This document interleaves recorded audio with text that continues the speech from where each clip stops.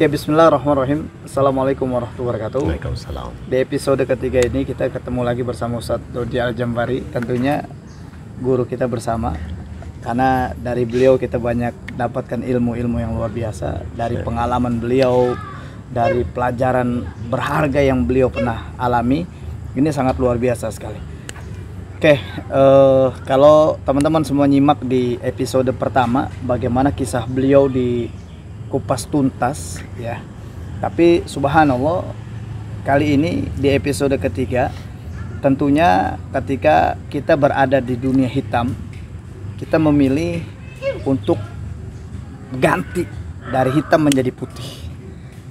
Kan identiknya orang-orang yang berubah dari hitam ke putih, kemudian dia ingin mendekatkan dirinya kepada Allah, kembali kepada Allah, ke rumahnya Allah, yang terlintas di benak kita adalah Baitullah, Ka'bah. Apalagi pada saat kita tawaf, kita pakai pakaian ihram, pakaian putih, di mana nanti kita bertemu Allah dengan pakaian putih atau kain kafan itu. Nah, yang saya ingin tanyakan sama Ustadz Dodi Al-Jambari saat ini, Ustadz, awal mula umroh itu di tahun berapa, Ustadz? Pada saat antum sudah tersadarkan di tahun 96-an ya, 96 2000-an kan? Ya. Terus antum terpikir nggak untuk umroh, dan ya teman-teman kan mau tahu nih, tahun berapa sih pada saat itu? Nggak kepikir sama sekali, Ustaz. Nggak kepikir? Nggak kepikir sama sekali. Bahkan bermimpi pun tidak. Tapi punya keinginan ya. Oke. Tapi kebayang bakal terjadi itu kayaknya orang kan lihat kondisi ya. Betul. Waktu itu belum punya keyakinan yang kuat bahwa Allah itu maha kaya. Jadi waktu itu 96 belum jadi apa-apa. Banyak pergolakan yang luar biasa. Tapi begitu masuk tahun 2006 itu baru mulai belajar tentang bagaimana mendekatkan diri kepada Allah itu. Dan ini yang menjadi sangat luar biasa. 2003 istri itu nabung 500.000 buat haji. Tapi buat saya belum ada tarikan ke situ. Istri yang kemudian nabung duluan. Saya malah nggak kepikir gitu dengan penghasilan yang ketika itu ya mimpi kali gitu. Terlalu besar lah angan-angan untuk umroh itu. Tapi qadarullah, ada satu ketika di tahun 2006 itu juga, 2006 awal kalau nggak salah, ada jamaah yang kemudian dia ngundang saya untuk ke sekolah dia. Kemudian saya jelasin soal maulid, dan selesai acara beliau datangi saya. Ustaz, insya Allah antum haji 2008 ya. Saya bilang amin. Kok dia nentuin waktu gitu? Kenapa 2008 ya? 2 tahun kemudian.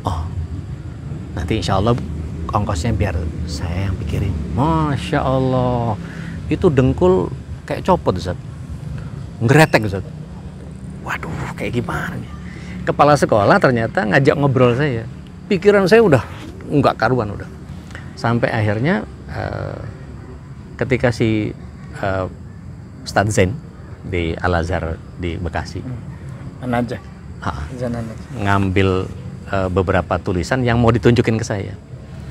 Saya pura-pura nurunin pena, saya ambil sampai saya sujud syukur karena janjinya 2008 mau diberangkatin haji. Jadi saya nggak mikirin ngobrol sama Ustadz Zain. Udah selesai bisa ngobrol apa, saya bener-bener nggak notice apa yang disampaikan sama Ustadz Zain ke saya. Padahal sebetulnya apa yang beliau buat, tulis itu bagus banget sebetulnya, cuman bener-bener nggak nyangkut sedikit pun, karena pikiran saya betul-betul cuma ke Baitullah saja gitu. Nah, ketika saya gabung dengan sebuah perusahaan travel, waktu itu saya cuma diminta untuk ngisi suara, karena saya broadcaster kurang lebih sekitar dari tahun 96 sampai sekitar 2006-an lah gitu. 10 tahun. Kurang lebih seperti itu. Saya diminta untuk ngisi suara.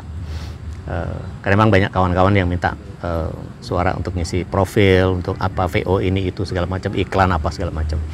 Maka ketika diminta di situ, saya datang, saya berusaha untuk ngoreksi skripnya.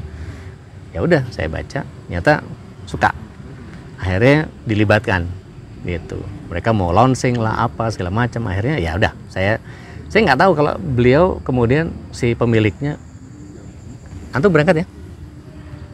Tahun 2006 itu. Selesai, hah? Berangkat. Alhamdulillah. 2 kali kaget itu ya. Alhamdulillah saya berangkat. Saya bilang, gimana ceritanya? Iya nanti bawa ini komunitas inti katanya. Waktu itu Mas Adri Manan. Okay. Adri Manan, Adri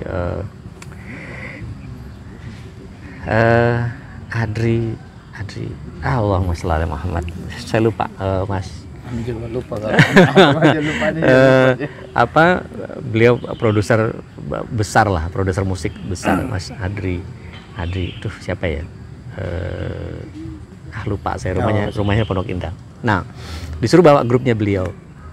Ya udah, saya berangkat ke sana, tapi rupanya ada yang salah dengan niat. Saya salah niatnya adalah saya kepengen survei sekaligus buat haji. Buat 2008. 2008. Begitu niatnya survei, pas begitu berangkat ya sudah, nggak dapat apa-apa kecuali survei. Wah, kaget nggak? Nggak kaget. Oke, jangan lupa like and subscribe channel ini biar tahu kisah seru lanjutannya. Oke. Ngelihat Ka'bah nggak ada gregetnya, ngelihat ini itu nggak ada ketertarikannya sama sekali, ya sekedar dijalankannya semua, dan nggak ada kegembiraan yang kayak gini nih Ka'bah nih. Jadi betul-betul karena niatnya survei buat haji, maka yang terjadi betul-betul survei, dan saya tidak menikmati ibadah ketika umroh.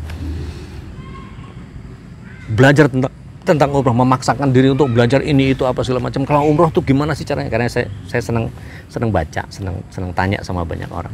Mulai ngobrol, wah kayaknya penuh banget itu tentang umroh itu. Kayak gimana? Begitu selesai, waktu itu salah satu pembimbing kami Ustadz Masyhun, mudah-mudahan Allah jaga beliau dalam keikhlasan. Luar biasa. Begitu tawaf selesai, sa'i selesai, habis itu beliau mengatakan, alhamdulillah kita sudah tuntaskan semua umroh. Nah, udah selesai. Gitu doang. Gitu doang nih. Udah gitu doang, Ustaz. Iya, udah selesai. Kan kita udah tawaf, udah sa'i. Benar-benar nggak nyangkut, Ustaz. Nah, qadarullah begitu 2007 pertama haji, itu begitu masuk ke, jadi rupanya memang keilmuan menjadi penting, Ustaz. Bahwa kemudian mengenalkan sebuah peribadatan itu bisa dapat kenikmatan dan kelezatan ibadahnya itu menjadi penting kalau kita punya ilmunya. Dan itu wow, terkagum-kagum dengan Masjidil Haram karena presentasi dari Ustadz pembimbingnya menjadi juga sangat luar biasa. Bapak Ibu, sesaat lagi kita lihat sebelah kiri, kira-kira 200 meter di depan, kita akan melihat betapa megahnya rumah Allah Subhanahu wa Ta'ala yang dirindukan oleh begitu banyak orang. Itu langsung, aneh tahu ini Masjidil Haram, tapi narasi untuk menggiring theater of mind orang itu, wow, mestinya begini nih, gitu. Begitu beliau tampilkan itu mewah, padahal udah pernah lihat. Begitu masuk ke Ka'bah, dipersiapkan kondisi. Sebentar lagi kita akan lihat Ka'bah. Begitu lihat Ka'bah, nggak usah pedulikan orang lain. Itu adalah cara Allah SWT membagi rahmat kepada kita. Begitu masuk di sana langsung diaba-aba sama beliau. Ayo kita salam kepada Ka'bah. Allahumma antas salam wa minkas salam. Fahayna rabbana bisalam. Tabarakta rabbana ya dzal jalali wal ikram. Itu langsung ngocor. Padahal tadinya 2006 itu ya udah pernah lihat Ka'bah. Oh ini Ka'bah, oke. Terus apa lagi? Jadi niatnya benar-benar Allahu Akbar. Jadi fatal, Ustaz. Orang kalau kemudian mengerjakan satu ibadah tanpa niat yang lurus karena Allah, masih mengandalkan logika, habis. Dia nggak punya kenikmatan dalam ibadahnya. Nggak ada kelezatan. Dan itu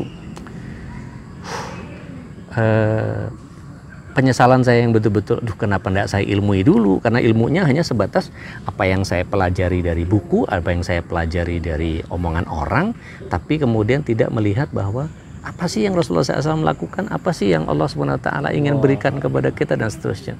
Nah setelah itu baru kemudian setiap tempat menjadi bagian yang saya potret betul, dan kemudian saya ambil. Kenapa mesti muter 7 kali? Kenapa mesti ini? Kenapa mesti itu? Ternyata ya nggak usah banyak nanya, Rasulullah SAW bikin begitu, maka ini hikmahnya adalah, wah itu ketemunya Masya Allah, Masya Allah, Masya Allah, Masya Allah, Tabarakallah. Termasuk semua desain yang Allah SWT rekayasa untuk kita. Bahkan di saat ini kita bisa ketemu ngobrol seperti ini nih, desain Allah yang Masya Allah, Masya Allah, Tabarakallah, luar biasa. Gitu Ustaz, kalau soal umroh itu Ustaz. Nggak bisa terbayang bagaimana nikmat dan lezatnya ketika kita jumpa dengan Allah. Ketika kita mengucapkan kalimat labbaik Allahumma labbaik, labbaik la syarika laka labbaik, inna hamda wa ni'mata laka wal mulk la syarika laka. Di saat kita memenuhi panggilan Allah, Allah inginkan kita tidak ada kesyirikan di dalam. Kalau kita datang berjumpa dengan Allah, kita sebagai tamunya, maka jangan sampai Allah tidak mau bertemu dengan kita sebagai tamunya. Alhamdulillah. Alhamdulillah, subhanallah. Ini luar biasa, pelajaran sangat luar biasa dan penuh manfaat bagi kita semua. Semoga kita semua tetap istiqomah berada di dalam hidayah Islam, dan kita semua insya Allah bisa menjadi tamunya Allah, berjumpa di Baitullah. Amin Allahumma amin. Luar biasa. Barakallahu fikum. Jazakallahu khairan ala huduri. Barakallahu fikum wa faqakumullah. Assalamualaikum warahmatullahi wabarakatuh. Subhanakallahumma wa bihamdika asyhadu an la ilaha illa anta astaghfiruka wa atubu ilaik.